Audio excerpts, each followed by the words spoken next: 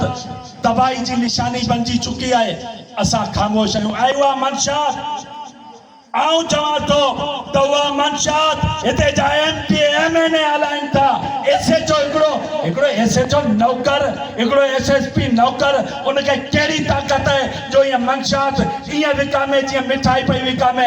इहो सॼो किरदारु हिते जे MP हिननि MNA जो आहे, हिते जे मिनिस्टरनि जो आहे, हिते जे हुक्मराननि जो आहे। हू नथा चाहिनि जो तव्हां कंध मथे खणी हलो।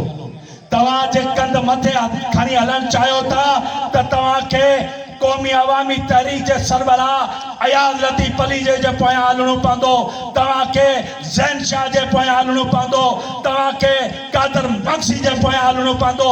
तव्हांखे सिंध जे उन्हनि क़ौम परस्तनि जेके विकामनि नथा, जेके झुकनि नथा, जिन जो झुकणु असूल ई न आहे, जेके सौदा नथा कनि, उन्हनि जे पोयां हलंदो।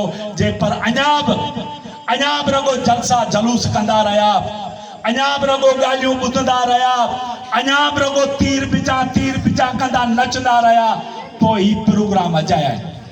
पोइ साईं जो पंधु बि अचायो थो। पोइ हिते अयाज़ लतीफ़ अली जो 24 मैल ते अचे अव्हांखे ख़िताब करे वञे, इहो बि अचायो थो। पोइ ही जेको ज़ाहिद रमदान ऐं रमदान बिरादरी, आउं त चवंदो आहियां त ही रमदान बिरादरी इमाम हुसैन अलैहिस्सलाम जी सुन्नत पूरी कंदी आहे। ही उहा बिरादरी है जेका हमेशा पानी जे लाइ जदोजहद कंदी है। उहो पानी जेको यज़ीद खसियो, जेको करबला जे मैदान में यज़ीद पानी इमाम हुसैन का खसियो, उन पानी जे लाइ जे जदोजहद करे थी ऐं वध में वध असांजे ज़िले में जदोजहद करे थी त उहा रमदान बिरादरी करे थी।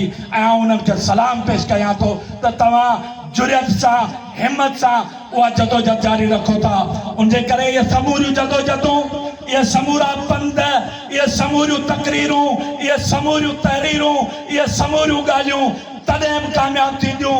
तॾहिं उहे कामयाब थींदियूं जॾहिं अॼु तव्हां हिते वचन करियो थो त हाण कंहिं वॾेरे जे पोयां, कंहिं पीपले गदार जे पोयां, कंहिं गदार हुक्मरान जे पोयां न लॻंदासीं। सिंध जे हक़ीक़ी लीडरनि जे पोयां हलंदासीं। सिंध जे हक़ीक़ी सॾ सां गॾु हलंदासीं। फतेह तव्हांजी थींदी, फतेह हक़ जी थींदी। जीअं सिंध, जीअं अयाज़ लतीफ़ अली।